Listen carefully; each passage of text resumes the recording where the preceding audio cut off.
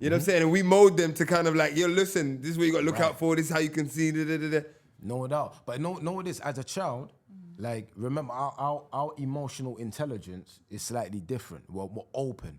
And so things that are traumatic to us as adults, only took a fraction of that when we was a child. Right. Does that make sense? Yeah. What do you mean? Meaning like what formulates your ego. So we come here as a child, needing what we have needs, food, shelter, and clothing, right? We start to now, when we start to get to the stage of I-ness or separation, we start to learn to develop characteristics that give us these needs. So if you had a parent that weren't touchy-feeling or huggy or whatever it may be, right? We start to develop characteristics. Yeah, and definitions why and reasons why. Of why, do you know what I'm saying? To get what these needs were. And sometimes those characteristics can be outbursts. They could be quote-unquote negative traits. Do you understand what I'm saying? But this is all in the attempts to get you what you need and keep you safe.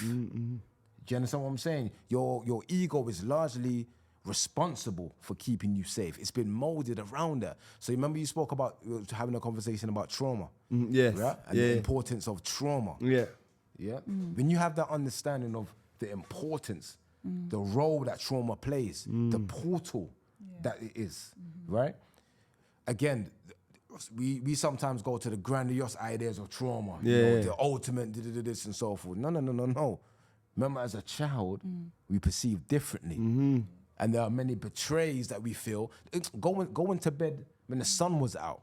That's a trauma. Was traumatic. That was very traumatic. Very. Yeah, what's the worst thing? 100%, bro. And remember, like, emotion shapes our bodies. Yeah.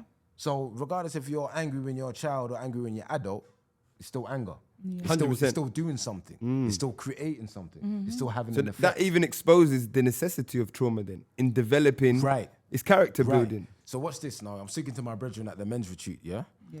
And he told me one story about, you know, this young boy comes across a cocoon and it's right near the end stages. So there's a small slit.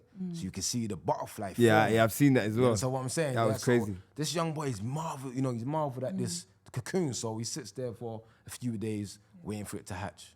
He's waiting. All come a week, still not hatch.